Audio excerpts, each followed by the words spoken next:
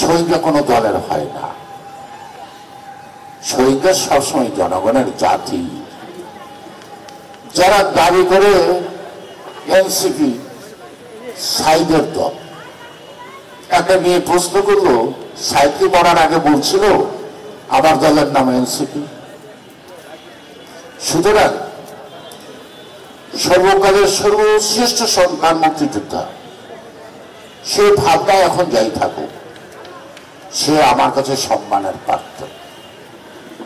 জুলাই আগস্টে যারা জীবন দিয়েছেন, লড়াই করেছেন, তাদের জাতি ধর্ম দলমত নির্বিশেষে আমরা একইভাবে এই শহীদ মিনার থেকে প্রতিশ্রুতি দিলাম আমরা তাদেরকে সম্মান করব।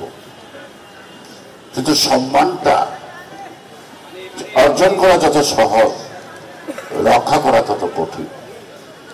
এখন যুদ্ধ করে 9 মাস দেশ স্বাধীন করছি, কিন্তু 1 বছরও কিন্তু স্বাধীনতা থাকতে পারিনি। 9 বছর রাজ্যে স্বৈরাচার হটাইতে 16 বছর লাগলো ফেসিবাদ হটাইতে।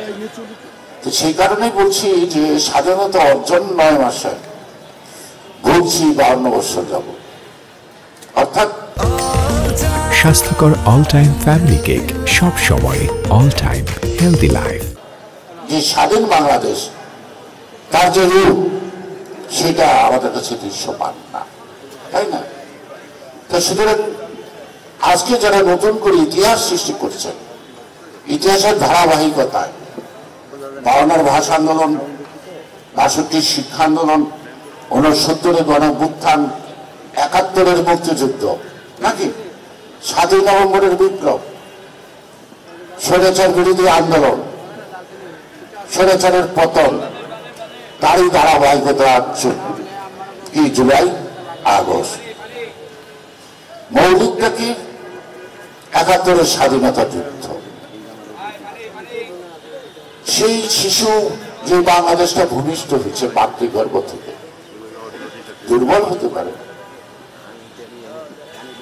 রোগাক্রান্ত হতে পারে, মা বাবার দায়িত্ব শিশুকে পরিচর্যার মধ্যে থেকে সুস্থ করা। আমরা যেই লক্ষ্যে বাংলাদেশের স্বাধীনতার যুদ্ধ করেছিলাম, আমরা সেই বাংলাদেশ পাই নাই। সেই কিন্তু বাংলাদেশের জন্মটা তো বৃথা না, কিন্তু জাতিগতভাবে আমরা ব্যর্থ হয়েছি সেই বাংলাদেশটাকে সৃষ্টি করতে। এটা আমাদের ব্যর্থতা। তো সুতরাং দেশ নতুন করে স্বাধীন হয় নাই। একটা দেশ বারবার স্বাধীন হয় না, যেমন একটা সন্তান বারবার জন্ম নেয় না। একটা মুক্তিযুদ্ধ প্রতি আন্দোলনে তৈরি হয় না, কারণ বাংলাদেশের মুক্তিযুদ্ধ একটাই হয়েছে। তারা তাদের জায়গায় আছে। সরকার পরিবর্তনের আন্দোলন আর মুক্তিযুদ্ধের সাথে তুলনা করাটা আমার মনে হয় যাদের রক্তের বিনিময়ে দেশ, তাদেরকে অপমান করা, অসম্মান করা।